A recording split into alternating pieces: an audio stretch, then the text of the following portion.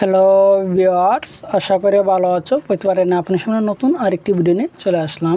আজ আলোচনা করবো এসএসসি 2025-এ যা যা পরীক্ষাটা দিচ্ছেন। আশা করি বুঝতে পারছেন আজকে কোন বিষয় নিয়ে আলোচনা করবো। যা যা থাম্বনেলটা দেখছেন এবং ডেসক্রিপশনটা দেখছেন, আশা করি তার জন্য ভিডিওটা সম্পূর্ণ দেখবেন, কোনো স্কিপ করবেন না। তার আগে বলেন, আপনি এই চ্যানেল নতুন হয়ে থাকেন তার আপনার সাথে রিকোয়েস্ট থাকবে যে এই ধরনের নিত্য নতুন ওয়াল এডুকেশন আপডেট সবার আগে পাওয়ার জন্য অবশ্যই চ্যানেলটি সাবস্ক্রাইব করে পাশে থাকবেন। কারণ আপনার লাইক আমাকে সাবস্ক্রাইব কারণ কিন্তু আমরা নতুন আরেকটা ভিডিও তৈরি করার পর সৃষ্টি করে আপনারা এসএসসি 2025 সালে যা যা পরীক্ষাটা দেবেন, যা আপনাদের কিন্তু যে অনেকে বলছে যে শিক্ষা বোর্ড কিন্তু ভুল করে এবং কিন্তু কীভাবে শিক্ষা বোর্ড বড় ক্ষতি করছে, কিন্তু কীভাবে সেটা করছে সেটা হচ্ছে যে আপনাদের জানেন যে একটা গ্রেস নাম্বার কিন্তু দেওয়া হয় শুধু এসএসসি 25-এর ক্ষেত্রে, সেটা কিন্তু না।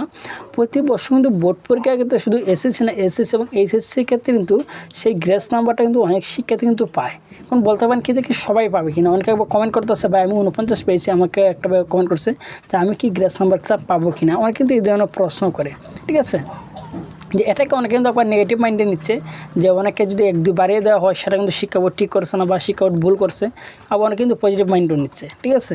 তো মনে করেন যে আপনি গ্রেস নাম্বারটা আসলে কারা পায়, গ্রেস নাম্বার কিন্তু সব শিক্ষিতে পায় না। মনে করেন আপনি পেয়েছেন 30, 40, 50, সিকিউর ক্ষেত্রে যারা এমসিকিউ ক্ষেত্রে তো আপনি গ্রেস নাম্বারটা তেমন দেওয়া হয় না, দেওয়ার কোনো সুযোগ নাই, যেহেতু এমসিকিউ কিন্তু মেশিনের মাধ্যমে দেখা হয়। সিকিউর যেহেতু হাতে দেখা হয় সেহেতু কিন্তু তার গ্রেস নাম্বারটা শিক্ষকরা কিন্তু দিতে পারে এবং সবসময় কিন্তু সেটা দেয়। মনে করেন আপনি 50% 70-এর মধ্যে, তখন কিন্তু তারা আপনাদের 2-3 কিন্তু বাড়িয়ে দিবে না, আপনি যা লিখে আসেন সেটা থেকে তারা মার্কটা দিবে কিন্তু, ঠিক আছে।